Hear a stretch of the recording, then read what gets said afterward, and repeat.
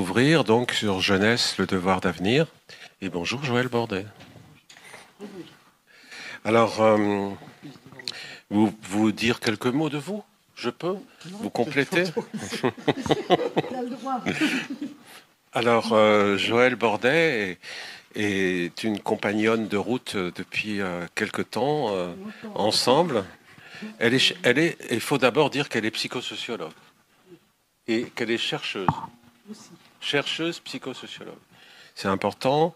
Et puis qu'il y a après un itinéraire qu'il est impossible d'expliquer comme ça en quelques secondes. Mais ce qui est important, c'est aujourd'hui tout le travail que tu fais depuis longtemps sur l'adolescence, sur la jeunesse. Et il y a, si vous allez sur la toile, vous trouverez plein de références d'articles. Moi, j'ai beaucoup travaillé d'ailleurs avec elle sur adolescence et idéal démocratique, accueillir les jeunes des quartiers populaires. Ça, c'était ce qu'elle montre là, qui est un travail qui a été fait avec Philippe Cuton, qui est psychanalyste sur l'adolescence. Et donc, c'est vraiment un livre de référence, mais il y a plein d'autres documents, il y a plein d'autres articles, d'ouvrages. Je pense aux jeunes de la cité, moi, qui m'avait beaucoup m'intéressé à l'époque. Et puis, peut-être si toi-même tu veux peut-être en mettre 2 ou 3 en avant, Joël.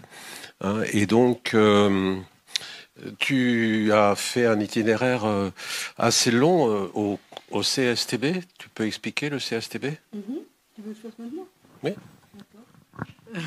Oui, donc j'ai d'abord travaillé au CMEA en fait. Pendant 10 ans, j'ai été permanente des centres d'entraînement en méthode d'éducation active et secrétaire générale de la Basse-Normandie. Mais c'est surtout, j'ai eu la chance de travailler au CMEA et en psychiatrie. Et j'ai vraiment eu de la chance parce que c'était des moments merveilleux aussi d'apprentissage, d'aventure, de découverte. Et puis j'ai fait un DESS de psychosociaux en fait à Nanterre. Et c'est Jean Dubost, qui est un grand professeur, enfin, un type formidable, qui m'a décidé à aller faire de la recherche. Et c'est comme ça que j'ai travaillé effectivement à faire de la recherche après au Centre scientifique et technique du bâtiment, alors chez les ingénieurs des ponts. En fait, c'est parce que j'ai eu un patron, il m'a essayé de me faire de la technique. J'ai oublié tout instantanément. Bon, il m'a dit, il n'y a qu'une chose que tu sais faire, c'est les jeunes. Eh ben, vas-y, les jeunes, mais tu me ramènes 80 000 euros de contrat par an et tes travaux, ils sont connus. Donc j'étais sous contrat. Sans rigoler, hein, si je le faisais pas, 2-3 ans plus tard, j'étais quand même virée. Hein. Donc ça mettait un peu une épée de Damoclès, mais en même temps, j'ai aussi découvert la politique de la ville. Mais la politique de la ville, je l'ai découvert dès quand j'étais au CMEA. J'ai fait les premières opérations de prévention été au CMEA.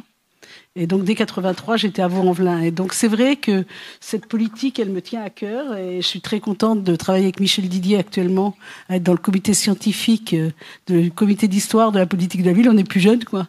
Et Michel a créé effectivement le comité d'histoire de la politique de la ville.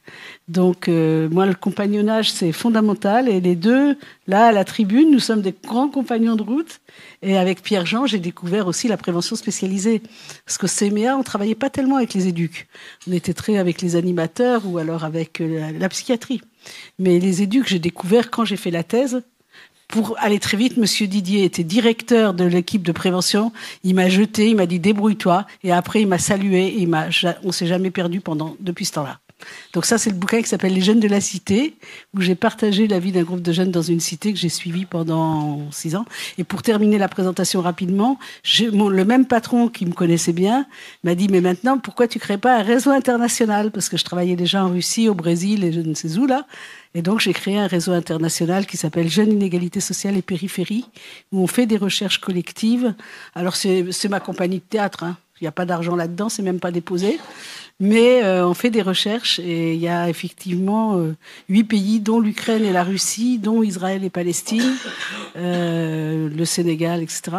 Et je tiens beaucoup à la question internationale, mais j'en dirai 2 mots tout à l'heure. Merci Joël. D'abord, merci Pierre-Jean. Et vous voyez la légitimité de Pierre-Jean de porter la politique publique et l'explication des politiques publiques et comment il a été acteur des politiques publiques. Ah ben, moi, je suis pas du tout à la même place. donc dont je vais parler, ça ne peut pas être une critique réellement du rapport ni des politiques publiques. Et ça, nous l'avons dit quand j'ai préparé, moi j'ai occupé une place tout à fait différente. C'est-à-dire mon travail, ça a été d'écouter des adolescents, des jeunes pendant une trentaine d'années pour essayer de faire entendre, ou pas d'être porte-parole, mais plutôt que ces représentations des jeunes, de leur façon de naître au monde, influencent la façon dont les adultes pouvaient les accueillir au monde. Moi, ça a été ça mon travail. Et puis, ça a été ça mon travail aussi de formuler des moments où on comprenait pas ce qui se passe pour les jeunes. Donc, mes premiers interlocuteurs, c'est pas le niveau national. Même si j'ai eu la chance, et merci Michel Didier qui est là, qui a beaucoup accompagné mon travail et qui l'a beaucoup porté au niveau national. Mes interlocuteurs, c'était les maires des villes, c'était les élus, c'était les professionnels, c'était les directeurs d'associations, c'était les éducateurs, les animateurs, enfin, les policiers, les gens qui, de fait, au quotidien, avait à accueillir la jeunesse sonnante et trébuchante dans les quartiers populaires et de la politique de la ville. Donc pas toute la jeunesse, mais la politique de la ville, c'est-à-dire des jeunes qui sont quand même, on va dire beaucoup, la jeunesse, on va dire post-ouvrière, post-coloniale. Même s'il y a aussi beaucoup de jeunes qui sont dans les quartiers populaires qui ne sont pas post-coloniaux, mais en tout cas post-ouvrières pour la plupart. Donc, vous voyez, ce que je vais vous dire, c'est forcément centré d'une certaine façon. Mais l'intérêt de ce travail, pour moi, ça a été aussi la chance de pouvoir formuler des questions qu'on avait du mal à se formuler à ce moment-là. Par exemple, avant les révoltes de 2005, on sent que ça va pas, quoi. Et là, j'ai une demande de la mission Île-de-France sur qu'est-ce qui se passe entre les jeunes et les institutions. Et donc là, je rencontre des jeunes, je rencontre des institutions, en particulier la police, l'école, mais aussi l'éducation. Moi, je me suis beaucoup intéressée au milieu ouvert et en particulier aux éducateurs de prévention spécialisés, mais aussi la PJJ, etc. À tout ce que la France, elle a inventé aussi pour accompagner ces jeunes. Parce que la France, elle a inventé beaucoup de choses pour accompagner ces jeunes. Ce qui n'est pas la même chose quand on va... Il y a d'autres pays où, j'allais dire, ils aimeraient pouvoir aussi professionnaliser un peu davantage. Je pense au Brésil, je pense au Sénégal. C'est pas pareil. Voilà. Et en France, on a porté des politiques publiques. Et donc, mon boulot, ça a été de mettre des mots pour que des élus, pour que des gens au niveau des territoires puissent se saisir de ces questions-là et se dire, bon, il est en train de se passer quoi. Et par exemple, le fait d'avoir fait ce travail sur le rapport jeunes-institutions avant les révoltes de 2005 fait que quand arrivent les révoltes, eh ben, on va pouvoir travailler ensemble à qu'est-ce qui s'est passé là et qu'est-ce que ça pourrait être de faire une politique d'accueil de la jeunesse dans ce moment-là, après donc les révoltes de 2005. Quand des jeunes ils partent à Daesh et qui meurent en Syrie, ben, à Strasbourg, ils me disent faut que tu viennes. Il y a voilà, on a créé un collectif d'une centaine d'habitants. Les jeunes, ils sont morts en Syrie. On fait quoi? On fait comment? Et là, c'est l'imam du quartier qui me dit, Joël, il faudrait vraiment qu'on travaille sur l'esprit critique. Faut dire, c'est le seul imam que je connaisse qui a fait aussi un DPGEPS. Donc, on est dans une culture partagée par l'éducation populaire. Voilà. Et il crée une mosquée aujourd'hui de la fraternité parce que comme il y a la loi sur le séparatisme, ils ont vraiment affaibli l'association culturelle pour faire une mosquée. Bravo la loi sur le séparatisme. Mais ils veulent l'appeler la fraternité parce que c'est une valeur de la République. Voilà. Donc, pour dire aussi la complexité des territoires et donc quoi. Voilà. Moi, c'est de ça dont je peux témoigner. Et vous voyez, c'est pas du tout la même place que Pierre-Jean, mais on s'est beaucoup rencontré avec Pierre-Jean, qui faisait justement beaucoup les politiques publiques, parce que Pierre-Jean a toujours été à cette écoute très fine, j'allais dire, de comment les gens vivent ça, et moi j'ai essayé aussi de comprendre ce que c'est que de faire une politique publique et la responsabilité d'une politique publique quand on est dans un ministère comme la politique de la ville. Malheureusement, j'ai très peu travaillé avec la jeunesse et sport, mais la jeunesse et sport, elle n'était pas très branchée en fait sur ce travail-là, ni de cette façon-là, et alors que je viens des CMA, hein. Bon, et c'était pas pour rien. Donc, réellement, là, il y a aussi une bonne question à l'éducation populaire et la place que l'éducation populaire, elle a tenue, entre autres aussi dans la politique de la ville. Mais bon, voilà. Et cette question, donc, après le départ des jeunes à Daesh, à Syrie, moi, j'ai refusé, en fait, de travailler sur la radicalisation pour l'ensemble de la jeunesse en disant non, il y a des enjeux de droit commun. C'est le droit commun, ça peut pas être d'assigner tout le monde à la radicalisation. Mais j'étais très critique, hein, sur les politiques de prévention. Mais j'ai dit, par contre, il faut les écouter. Parce que là, il se passe quelque chose. On a écouté 350 jeunes, qui a donné lieu à une recherche qui est publiée à la NCT, qui s'appelle « Écouter les jeunes pour les accueillir dans la démocratie ». Et puis... Après, en ce moment, je développe des ateliers de la pensée critique dans une douzaine de villes de France avec des collectifs de professionnels parce que je pense que penser, écouter avec les jeunes, c'est absolument central aujourd'hui. C'est toujours central. Mais aujourd'hui, il y a vraiment importance à écouter et penser avec eux parce que les risques d'aliénation sont considérables. Alors, l'autre chose qui a aussi beaucoup orienté mon travail, c'est le travail international.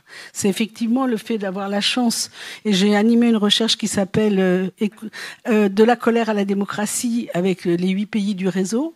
Et c'est vrai que ce déplacement ailleurs, de devoir écouter ailleurs, de se dire mais en fait chez moi je fais quoi et pourquoi eux ils travaillent comme ça, pourquoi au Brésil j'apprends ce que c'est que la communauté de vie, pourquoi j'apprends avec eux ce que c'est qu'un leader de communauté, pourquoi avec eux j'apprends effectivement comment un leader de communauté c'est essentiel pour pouvoir faire de la politique. Voilà. Et voilà, en Ukraine, je reviens là de l'Ukraine, bien sûr, c'est quoi accueillir les jeunes dans la guerre? Pourquoi les Ukrainiens ils ont nommé des psychologues dans toutes les écoles pour pas que les jeunes y prennent des médicaments? Pourquoi les Ukrainiens ils font des formations aujourd'hui, des psychologues avec les Israéliens sur la gestion du stress? Donc on a vraiment à apprendre les uns des autres et les jeunes ils naissent dans un monde mondialisé. Ils naissent les générations d'aujourd'hui, elles sont totalement dans un monde mondialisé, immédiatement mondialisé, et même tellement immédiatement que ça tombe des avions de Kaboul, des avions là, et la gamine, elle me dit « Oh madame, ils sont tombés du train des avions. » Ah oui? Et c'était où?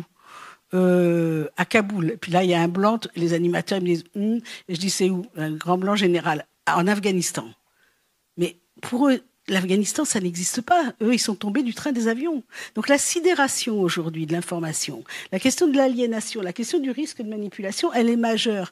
Donc vous voyez, comment, quand on fait des politiques publiques, et ça, c'est un défi qu'on a relevé avec Bernard Eckel et Michel Didier, parce que c'est là, pour le coup, c'est vraiment des gens avec qui on a fait le travail ensemble. C'est justement comment, dans le cadre des politiques publiques, dans le cadre de l'évolution des métiers, ces questions-là, on pouvait les prendre. Alors, comme je vais faire un exercice que j'ai jamais fait, en fait, c'est d'essayer de revenir sur qu'est-ce que ça m'a fait penser sur un processus un peu historique. D'abord, je pense qu'il y a quelque chose en France quand même, c'est de regarder à quel moment la jeunesse, elle a été acteur politique.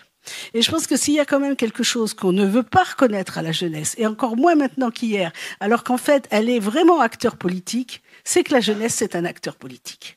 Et en tout cas, c'est un acteur politique si on lui donne aussi du pouvoir politique. Mais si on ne lui donne pas de pouvoir politique, il y a des chances qu'elle revienne autrement. Et effectivement, on la voit revenir par la violence, on la voit revenir par l'aliénation. Mais où est effectivement la possibilité d'être acteur politique? Et même au niveau local, bien que là, il y ait des grandes différences. Donc, moi, il y a 3 moments où on voit la jeunesse comme acteur politique. C'est le Front populaire. Pendant le Front populaire, et c'est quand même les grands moments aussi où là, eh ben, effectivement, on va avoir des gens qui vont fonder la question de la jeunesse. Hein, il y a aussi, voilà. Ensuite, on a la résistance. La jeunesse, c'est quand même... Et on voit bien dans les guerres aussi la place de la jeunesse. Tiens, on le voit en Ukraine en ce moment, par exemple. Ils sont terrifiés, les Ukrainiens, je peux vous dire, parce qu'ils sont face à la mise en place de grands programmes pour les handicapés. Moi, je les ai rencontrés, ils rentraient des Jeux paralympiques. Vous savez, c'est quand même un peu émouvant de voir devant la mairie de Rivenay, les gens qui rentrent du paralympique, le maire, il rentre de Paris, et il nous dit, ben, nous, maintenant, on prépare des grands programmes sur le handicap, et donc, on était heureux d'être au paralympique parce qu'on est en train de travailler ensemble. Donc, vous voyez, aussi, c'est comment on prend les enjeux de l'histoire, et à quel moment se fait l'histoire. Et à quel moment se fait l'histoire avec les jeunes, là où ils rentrent dans l'histoire? Moi, c'est vraiment ma question tout le temps. C'est à quel moment, moi je suis de la génération, c'est vrai, des années 70, militante politique des années 70, peut-être ça m'a jamais quitté. C'est cette question d'être acteur politique. Et je crois que effectivement, mai 68 et après 68 quand même, c'est quand même bien la jeunesse comme acteur politique. Et ben après arrive la gauche là. Et ben la gauche, elle n'a pas reconnu la jeunesse comme acteur politique. Voilà. Pour moi, la jeunesse, elle n'a pas reconnu la jeunesse comme acteur politique, parce que en fait, c'est à ce moment-là, et des travaux comme ça sont passionnants, parce qu'ils faisaient le lien, justement, entre la responsabilité de l'accueil de la jeunesse, avec sa fonction anthropologique et politique. C'était le travail sur les générations que propose ce rapport. Mais ça s'est pas fait. Ça s'est pas fait. Et ce qui a été fait, ça a été beaucoup plus, et rappelez-vous, si on en est, 83, les restrictions de l'État. En CMA, on est obligé de décentraliser à toute vitesse pour pas faire faillite. Rappelez-vous le passage en 83. Donc, ce qui avait été aussi envisagé en 81, ben, c'est pas fait. Il y a eu quand même un retournement économique. Et qu'on a le chômage des jeunes, on a tous ces enjeux-là, mais en même temps, on a une restriction sur les politiques publiques liées, entre autres, à l'État-providence et liées aux grandes structures qui portaient le rapport avec la jeunesse. Donc c'est pas tout à fait. Et en plus, on a aussi une injonction, et ça je l'ai vécu au CMA, c'est la technicisation de l'éducation populaire. Et là, on va rentrer dans une technicisation qui est entre autres liée à l'Europe, sur les référentiels de compétences, etc. Et avec un type d'engagement des projets, il faudrait quand même regarder à quel moment toutes nos associations sont assignées à rentrer dans des types de financement qui ne sont pas du tout les mêmes. Moi, quand j'étais secrétaire générale des CMA, on n'avait aucun problème financier. C'est-à-dire, on faisait attention, mais on n'avait pas de problème. Et tout d'un coup, 83, c'est le couperet total quand même. Donc, il faut aussi regarder de ce point de vue-là, et on voit bien que la politique économique, elle a un rôle surdéterminant. La preuve, c'est que des propositions comme celle-là, elles ne sont pas acceptées. Et aujourd'hui, je ne vous dis pas ce qu'on va payer là, avec la crise financière de l'État. Donc, c'est vrai que c'est intéressant de voir aussi et jusqu'où ça construit l'épuisement des professionnels. Parce que, en fait, ce sur qui ça aboutit vraiment au bout de course, c'est le professionnel, en lien quotidien avec les jeunes, qui n'a plus les moyens de répondre à la demande et qui doit en permanence réévoluer ses pratiques par rapport à ce qu'il ne peut plus faire alors qu'il voudrait le faire. Et ça, je pense que cette question-là de comment on a couru tout le temps après, cette question justement de la gestion, en lien avec la question des politiques publiques, mais tout en donnant du sens à cette question. Donc, c'est vrai que moi, et on l'a aussi vécu dans la politique de la ville. La politique de la ville, elle est faite sur deux paradigmes pour moi importants. C'est d'une certaine façon la confiance aux quartiers populaires, c'est les opérations HVS, Habitat et Vie sociale, avec la question du développement des quartiers à partir de ces ressources, en disant mais ces quartiers, c'est aussi une potentialité pour la France, parce que c'est effectivement notre capitale post-ouvrier. On ne le dit pas comme ça à l'époque, ni post-colonial, ni post-ouvrier, mais c'est ça. Et si vous vous rappelez du texte de Delarue, disant mais les quartiers, c'est la chance pour la France, mais de l'autre côté, on a aussi une vision complètement déjà de la dangerosité des quartiers populaires. Et la dangerosité des quartiers populaires, c'est les violences des jeunes, évidemment, c'est le chômage. Donc on va y mettre en fait aussi des appareillages qui vont être très vite des appareillages par rapport au risque de ce que représente la jeunesse. Et pas la jeunesse, justement, comme étant d'abord un capital de ressources au niveau national. Et du coup, on va aussi segmenter la jeunesse. C'est-à-dire, la jeunesse n'est plus prise comme un arrivé à l'âge de la vie, mais la jeunesse devient un enjeu d'appareillage. Jusqu'au point qu'hier, je discutais avec la nouvelle élue de la politique de la ville de Bordeaux, qui me dit, la politique de la ville, c'est une politique de compensation des inégalités. Je lui dis, ben non, la politique de la ville, c'est pensé comme une politique du développement. Mais on en est loin. Elle a raison, on en est loin. Et je ne suis pas sûre d'ailleurs que ce soit aujourd'hui une politique toujours par rapport aux inégalités, mais en tout cas de contrôle social. Donc réellement, vous voyez, il y a une évolution aussi de la façon dont on s'est adressé dans les politiques publiques à cette question de la jeunesse. Et quand même, on a pu quand même beaucoup inventer avec les politiques jeunesse et surtout, moi je trouve tous les dynamiques, alors là je parle de la politique de la ville, toutes les dynamiques intermédiaires et l'invention des métiers en politique de la ville. Je pense par exemple que le développement social urbain, la position des chefs de projet, la pensée des territoires, la pensée qu'effectivement un territoire c'est une ressource, c'est un lieu de la transformation, c'est aussi un lieu de l'expression politique. Donc je pense que ce qui s'est passé localement n'a pas toujours été repris au niveau national. Mais n'empêche qu'au niveau national, il y a eu aussi des moments à la DIV, on a fait plein de séminaires, on a retravaillé, on a écrit beaucoup, où il y a eu aussi ce moment de retour de ce qui se passait sur les territoires. Donc l'empowerment, à partir des territoires, il a existé à la politique de la ville. Il a existé, mais toujours segmenté autour de dispositifs et programmes. Donc des dispositifs programmes qu'on a tous connus, qui sont sur l'insertion sociale et professionnelle, mais avec l'invention des missions locales, c'est quand même pas rien. Avec l'invention, effectivement... Bon, après, on a toute la dynamique autour de la question de la prévention de la délinquance, mais là, on voit bien arriver la question de la prévention, et donc de la prévention des risques. Donc, on a pensé très vite la jeunesse autour du risque. On l'a pensé très vite autour du risque et de comment pallier le risque. Et le risque, c'est effectivement la question de l'emploi, donc du chômage, l'échec scolaire, la question effectivement des violences et la question de la délinquance. Donc et ça je parle bien de la social-démocratie, là je parle des gens qui sont au pouvoir à gauche, qui vraiment ont pensé la jeunesse de cette façon-là. Et cette pensée de la jeunesse, alors moi je fais une distinction forte entre le niveau national, où réellement, là, il y a eu et toujours en politique de la ville, sachant que, pour moi, c'est quelque chose que je connais pas bien, c'est le rapport entre les ministères de la jeunesse et la question de la politique de la ville et la façon dont la jeunesse est abordée dans la politique de la ville. Ce que j'ai repéré du côté du ministère de la jeunesse, mais là, il faudrait retravailler avec l'INJEP pour mieux y voir clair, c'est la technicisation des métiers. Ça, je l'ai vraiment vécu à l'intérieur des mouvements d'éducation populaire et comment aussi a évolué à l'intérieur de l'éducation populaire les métiers. Par exemple, quand moi j'étais au CMA, quasiment les 2/3 des militants, c'était des enseignants. Vous n'avez plus d'enseignants aujourd'hui, presque plus d'enseignants aujourd'hui militants au CMA, et en tout cas plus de mise à disposition. Donc ce rapport intrinsèque qu'il y avait, par exemple, entre l'école et l'éducation populaire, il a disparu. Et l'éducation populaire s'est trouvée en fait à être rentable, à devoir être rentable pour un certain nombre de postes et pour pouvoir effectivement et s'appuyant sur d'autres métiers, dont l'animation. Le métier de l'animation a été beaucoup développé après les révoltes de 2005.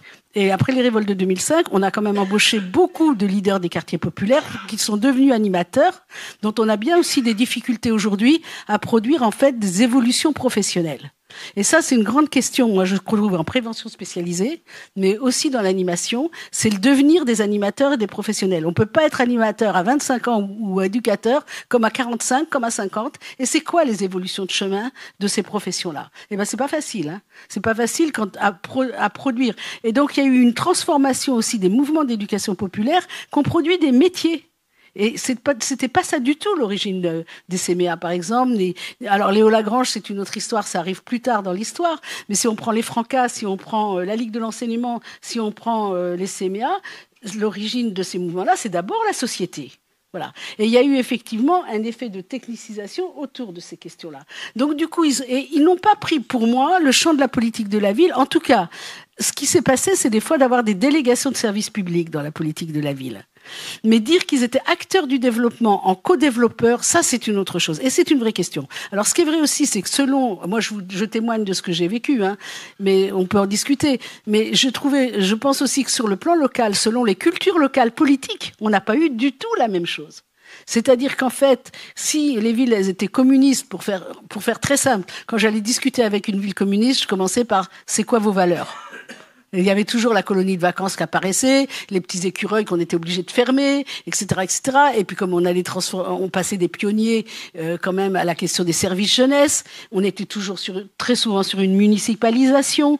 Donc on était dans une filiation en fait de la pensée politique qui est quand même pas du tout celle des villes socialistes. Hein. Alors là, je rentrais plus par c'est quoi ce qui est efficace. Honnêtement, c'est vrai. On retrouvait les valeurs, mais après l'efficacité. Donc là aussi, la question de la pensée politique, les jeunes, ils étaient pris là-dedans. Penser les jeunes, c'était les penser aussi en fonction, évidemment, des archétypes politiques dans lesquels on est. Quand on fait une politique locale, quand on est maire d'une ville, on s'inscrit dans une histoire politique. Moi, je travaille dans des villes actuellement, je peux le dire, hein, je travaille à Sète et à Lunel. Hein. Alors là, hein, c'est dur. Hein, parce qu'il y a des politiques de clientélisme, mais il n'y a pas que là. Mais quand même, je peux vous dire que non, là, c'est très très dur de travailler. En fait, les seuls qui tiennent la route aujourd'hui dans des villes comme ça, pour tenir quelque chose pour l'ensemble de la jeunesse, c'est les fonctions régaliennes de l'État, c'est la police et c'est l'école. Non, il y a des systèmes clientélistes. Là, franchement, comment ça travaille sur du bien commun, quoi. C'est très compliqué. C'est très compliqué. Et en même temps, ça produit quelque chose. Ça produit une forme politique. Donc, vous voyez, on ne peut pas, en fait, penser même la politique de la ville sans penser ces formes politiques. Et les premiers qui vivent ça, c'est les jeunes. Parce que les jeunes, ils arrivent dans la forme politique qu'ils trouvent au niveau local. Ils vont s'adapter à ça. Ils vont faire avec les potentialités que ça leur ouvre. Et même à l'intérieur d'une même ville, quand on est aujourd'hui habitant de l'île de Thau à Sète, on n'est pas au centre-ville, je peux vous dire. Hein. Je vous propose l'île de Thau. Tiens, allez voir, vous allez voir. Mais c'est incroyable, un quartier complètement bouffé par la drogue aujourd'hui, avec des dealers qui viennent de Perpignan, de Grenoble, de Montpellier. Et la ville, le quartier, c'est terrible. Avec des guetteurs qui crient tout le temps. Mais je vous assure, les gens, ils en peuvent plus. Et voilà. Et on a ça en France. On a ça aussi bien qu'on peut avoir des quartiers avec des efforts formidables des collectivités. Donc il y a aussi des distinctions aujourd'hui, des différences, des possibilités d'accueillir les jeunes qui sont complètement énormes en France. Mais énormes. Et même s'il y a effectivement l'ANRU, même s'il y a effectivement des systèmes normatifs au niveau national, la réalité des territoires, elle est complètement différente. Parce que les archétypes aussi, ça va très très loin. On a une histoire d'arrivée des gens d'Afrique du Nord dans l'Hérault ou à Nice, etc. C'est pas du tout la culture de l'arrivée des gens d'Afrique du Nord dans les mines de Lorraine ou en Bretagne. Et donc du coup, ces cultures-là, on les retrouve. Et bien sûr que ces jeunes, ils sont enracinés. Et ils sont enracinés dans toutes ces cultures-là. Les jeunes, d'ailleurs, ils le disent. Moi, je suis de Gennevilliers. Moi, je suis de telle ville. Ils ont un enracinement. Mais cet enracinement, il est créé vraiment dans ces cultures locales. Et c'est ça aussi qui fait la difficulté de pouvoir faire une politique qui soit pas que normative, mais qui soit vraiment une politique. C'est-à-dire où on fait de la politique. Eh bien, ça, c'est pas du tout facile, parce qu'en fait, on a un territoire avec des histoires politiques complètement singulières et différentes. Donc, comment on fait de la politique? Alors, moi, c'est vrai que ce qui m'a aidé, et je ne vais pas parler trop longtemps, c'est de penser, et ça m'a beaucoup intéressé, parce que on vient de faire, avec Michel, un séminaire du comité d'histoire de la politique de la ville, et on a quand même un peu tourné autour pour trouver la méthode. Parce que c'est pas si facile de faire du tout une histoire de la politique de la ville et de la jeunesse. En fait, c'est très compliqué à croiser ces deux approches-là. Tout simplement parce que la jeunesse, c'est quand même pas une fonction, j'allais dire, dominante sur l'habitat, par exemple. Hein, on sait bien que... Puis la jeunesse, ça appartient à beaucoup. Ça appartient à l'emploi, ça appartient à la police, ça appartient à l'école, ça appartient à énormément. Donc faire le croisement, surtout qu'on connaît les limites de l'interministérialité aussi de la politique de la ville. Donc ça, c'est une vraie question. Donc ce qui nous a beaucoup intéressé, c'est qu'on a fait 6 séances. Moi, je vous conseille d'aller voir sur le site du comité d'histoire de la politique de la ville comment on a abordé la question. Mais ce que j'ai trouvé très intéressant, c'est la dernière proposition de Thibaut Tellier, qui est historien dans cette histoire, et qui dit, mais en fait, il faut qu'on réinterroge cette question par la question des générations. Et bien ça, je l'ai retrouvé dans le rapport. Et cette intuition-là de dire que la génération, c'est une façon de faire de la politique, en fait. Et il y en a une qui en parle très très bien, c'est Hannah Arendt dans La crise de la culture. Moi, il y a une phrase qui m'a fait, une idée qui m'a fait travailler toute ma vie, c'est elle dit une société démocratique, c'est une société qui est capable d'être assez solide pour transmettre, mais qui est aussi assez souple pour se transformer en fonction de la façon dont les jeunes ils arrivent au monde. Ben, cette articulation démocratique, de la solidité et de la transformation, je pense que c'est vrai. Il y a quelque chose là qui est très passionnant à travailler pour refaire du politique. Et là, on est bien du côté de la responsabilité des générations. Et je crois que là, il y a quelque chose, si vous voulez, qu'on peut toujours tenir et qu'on peut toujours tenir aujourd'hui. Enfin, moi, que je pense, on a toujours dans le dialogue avec les responsables des institutions, avec les professionnels. Il y a une position éthique. Et je pense on pourrait dire, il y a une éthique de l'accueil de la jeunesse. Est-ce qu'effectivement, on peut, face à des processus normatifs, produire une éthique de la jeunesse, de l'accueil de la jeunesse, qui serait aussi forte que le normatif? Et peut-être que ça, c'est une ouverture, enfin c'est une ouverture, c'est une pensée pour, j'allais dire, réinventer ensemble de la démocratie, et pas lâcher, quoi.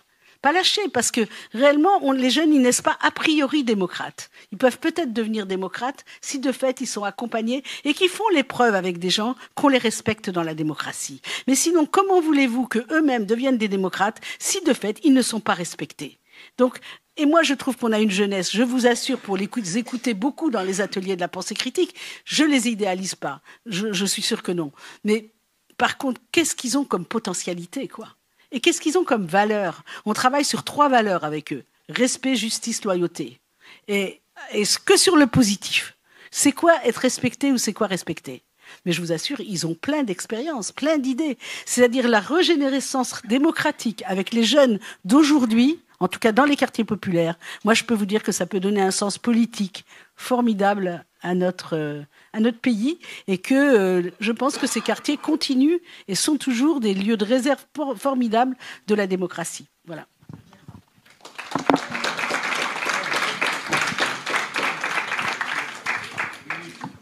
Merci Joël, merci Pierre-Jean.